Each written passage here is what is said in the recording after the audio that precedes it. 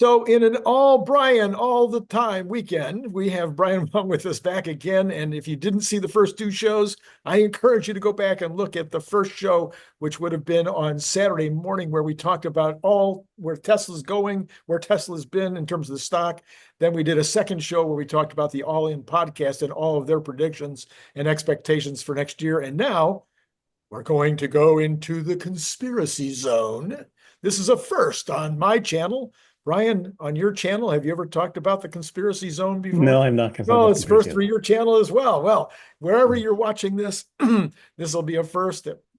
We have not generally engaged in, going past science into pseudo science or unknown things. But Brian, I was thinking to myself, we really don't know what our government's doing.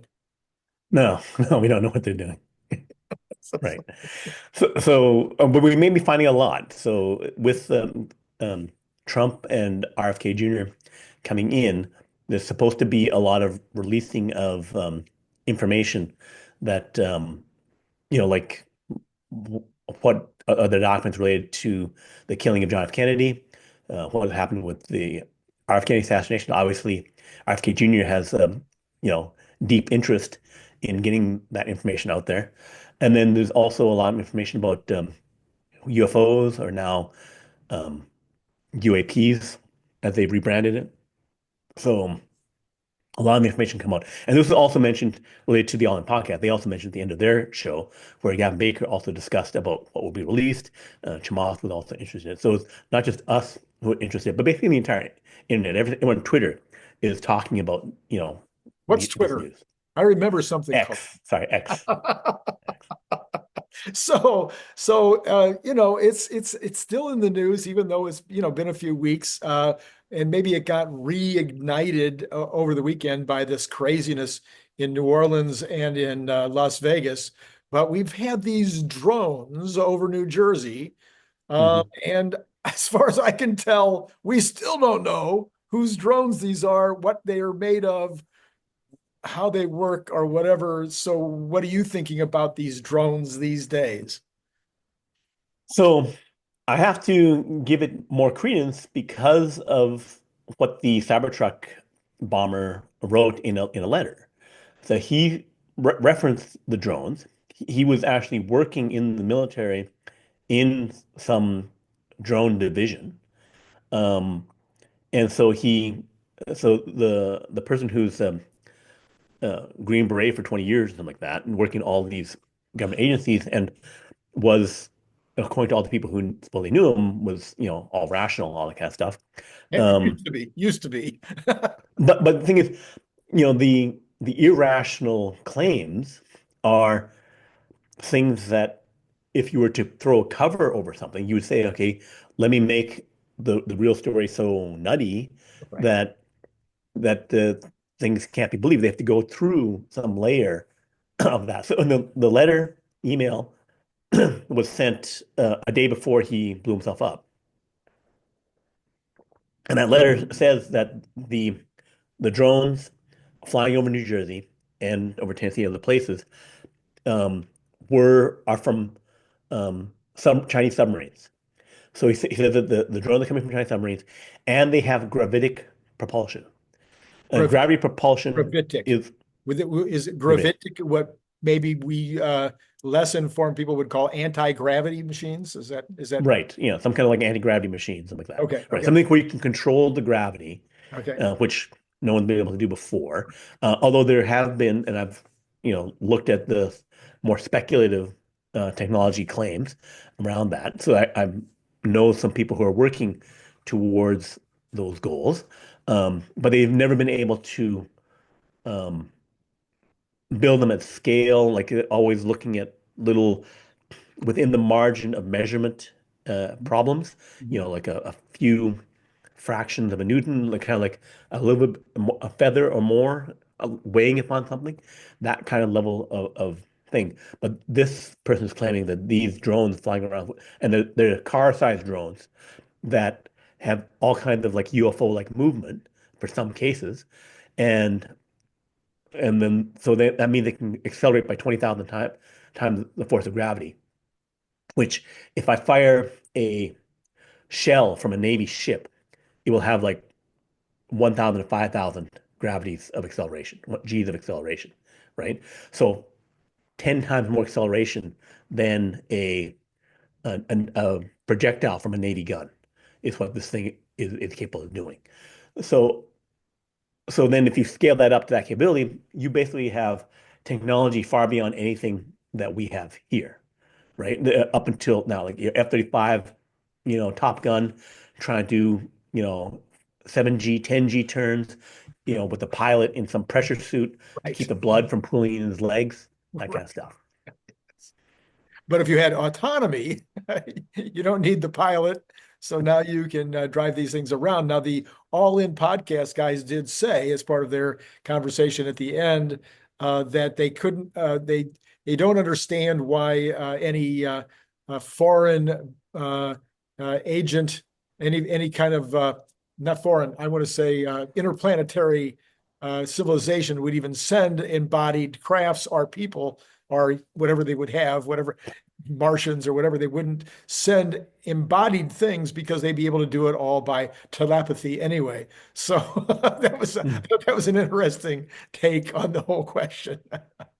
Right. So Freeberg was the one who made that. Dave Freeberg one who made that point. He's very familiar with a lot of science technology, kind of like I am, where we research and think about these questions a lot, even before, like think about decades before, where is this all going and what would you do? And I also agree that this level of capability is basically 20 years beyond where we thought we would be, and one or two major breakthroughs.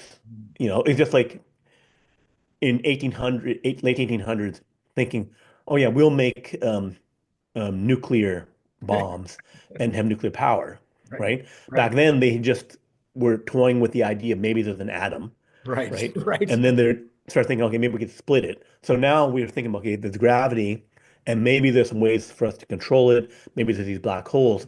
So we're kind of at that science theoretical point, and then going beyond that to actually harnessing it.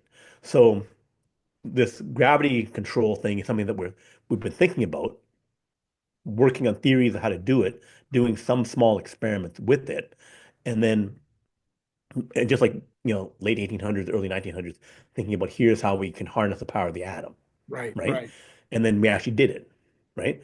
So that's the kind of like leap that we're talking about. But if aliens come across 4 light years, 100 light years, 1,000 light years to us, right now we're still thinking we can't get past the speed of light. right. But if you have the technology to do that, something like gravity propulsion would be trivial for Hmm. you, right? Because you'd Yeah, be 1,000 years ahead. right, So if you're 1,000 years ahead, and we're having these 100-year leaps of like 1800 horse and carriage steam engines to nuclear powered submarines and then gravity propulsion, gravity thing is just one step ahead, which is why they're saying that it's a secret program of the United States right, and China, right. right? So, Yeah, so if we do have gravity propulsion machines, anti-gravity machines that are capable of 20,000 times geez. G's, 20,000 G's, these could be weapons.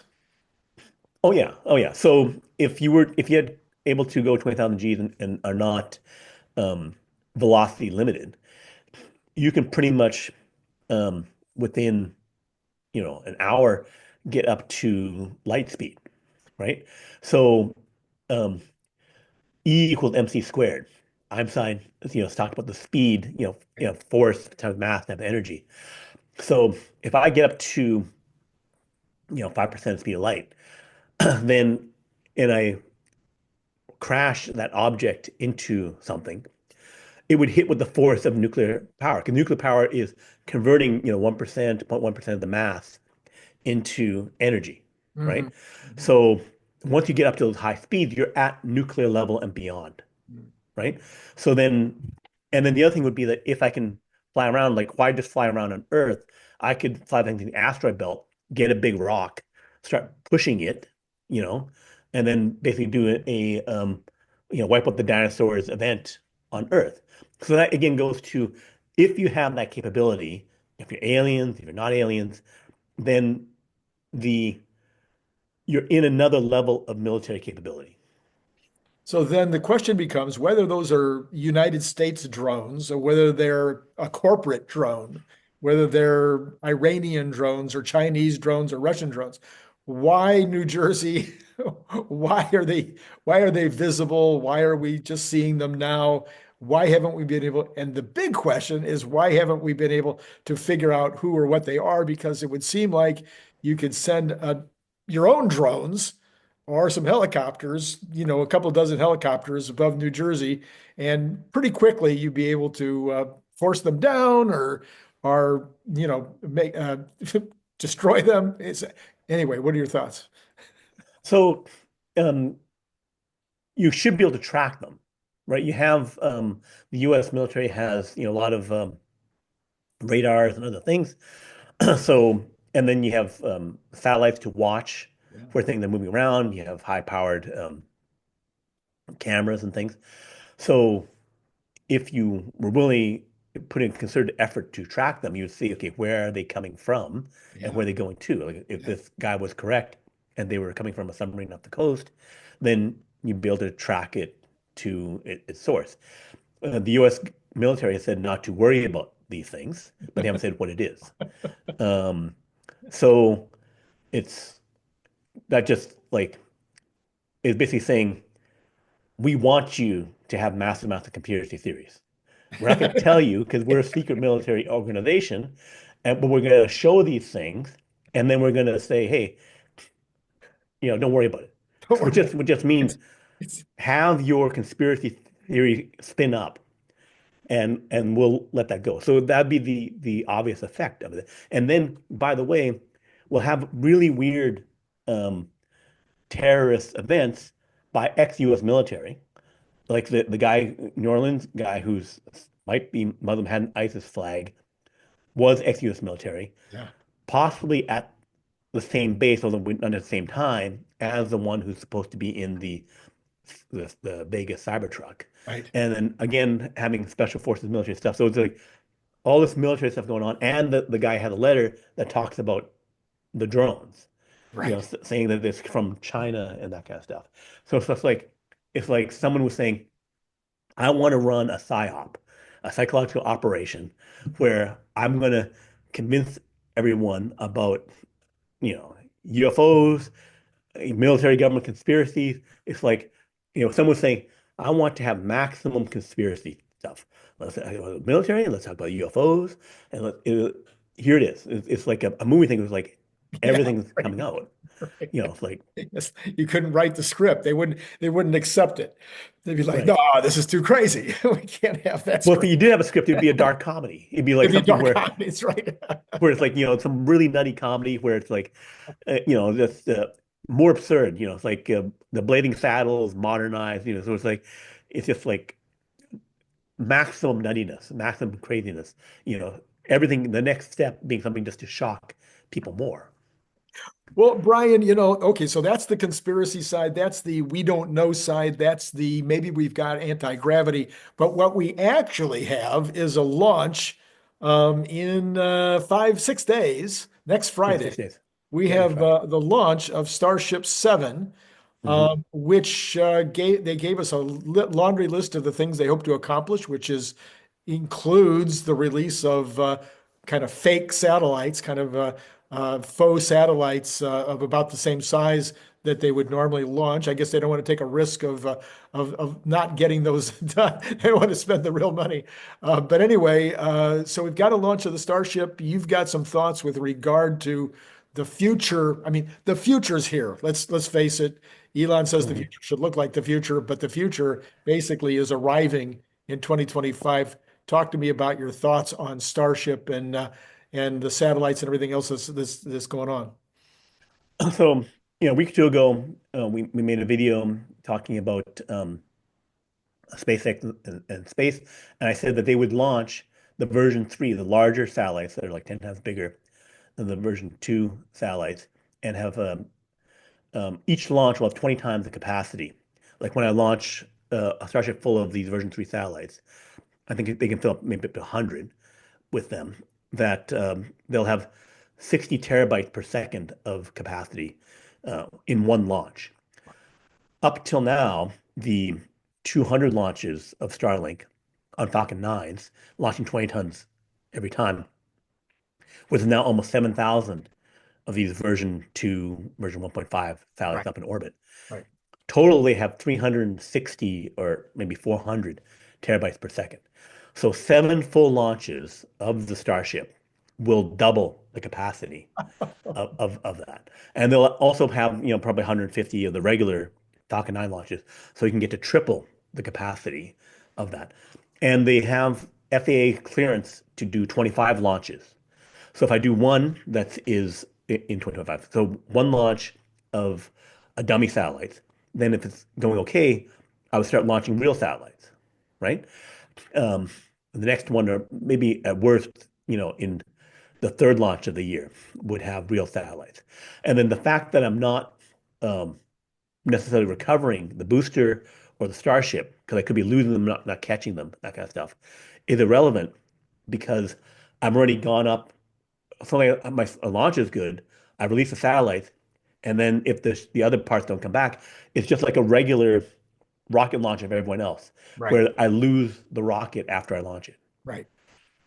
But catching the booster, which looks like they're going to master, that means I save 90% of the rocket, right? The cost of the rocket. If I only 90%. lose the upper stage, I'm keeping 90%, which is better than the Falcon 9, where I keep about 80%, Oh, right? and yeah, and like you say, even if you lost it, the value of what you're putting in space would be, far greater. But if you can catch it, you're Yeah, catching 90% just by getting the booster. That's right. super interesting. So I don't care about the other 10%, except I want to see them catch it.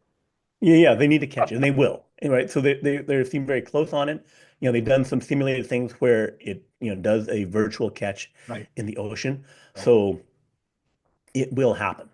But the launching of perhaps 20 full starships full of version 3 satellites, that would um, be 20 times 60, 1,200 terabytes per second, going with the original, our 400 from already up there, another 400 launching on regular Falcon 9s.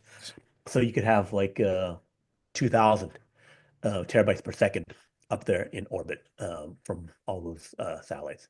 Um, and if I have the full reusability, I can launch even faster because I don't have to make 40 new right, engines. I don't right. have to make a bunch of new stuff. I can just reuse the ones I have. I could fly that one every week. Flying every week, I could have 50 launches from just one super heavy Falcon 9. If I can make 10 of them, because I am mass producing, you can see them in the site now, then I could launch 500 times by launching once a week. If I have 20, I can launch 1,000 times. So that means the entire version 3 network approved after 40,000 satellites would be up in less than a year. It'd be up in a few months. So then you could have 5 times as many uh, customers in the United States, 10 times as many customers in the United States, um, because of all that extra capacity. If I have 40,000 of the version 3 satellites up there, um, and they have 10 times capacity each, it'd be like the equivalent of 400,000 of these satellites. So it'd have 200 times the capacity. I could have 1 billion people with high speed internet and all that stuff. And that could be fully deployed by 2026 or even by the end of 2025, potentially. Yeah. Holy mackerel. And then, there's always the whole business of city to city, rocketry. And then there's, I don't know, something about going to Mars. Yes. Yeah. Elon had another tweet about saying that they want to go to Mars direct, skipping over the moon, and yeah, doing point to point. We need to have more launch towers, Right. because they need to go from launch tower to another launch tower. So you need to So we have mass two launch produce. towers, mass produce the launch towers. Then you will have them landing on, launch tower off the coast, off in Tokyo Bay, a launch tower, off the coast of London, Listen, or one of the most beautiful sights in the world is at the top of the hill in Hong Kong. I'm sure you've been there, yeah, looking over Hong Kong Bay, or they don't call it yeah, Hong Kong Bay. I forget what they call it. But yeah, That is one of the most amazing sights in the world. Could you imagine watching a rocket? I mean, you watch the planes now. The Okay. planes are like they look like they're little toys. You watch the Yeah. planes landing and coming, but can you imagine being on the top of that and watching a rocket come down? Wow, that would be pretty impressive. Yeah, so they have these, you have spaceports, kind of like the one behind me, Right. with the picture of the Mars city.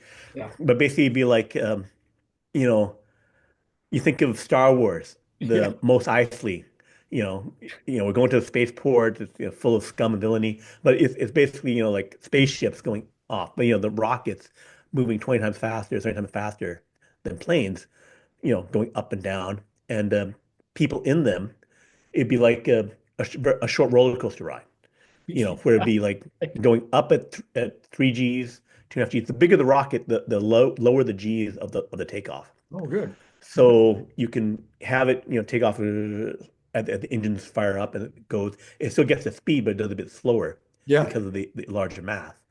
But it'd be like you're strapping into uh, a roller coaster ride, and then you get to your destination in half an hour. Right. So up, stay there, and then there'd be definitely no food because Yeah. one, Yeah. how could anyone walk down the aisles? So then you have like 1,000 people inside the rocket, and you'd be leaning back a bit. That we could handle the G's better, even if you're older. Yeah. So Yeah. I want a window seat. yeah, that's right.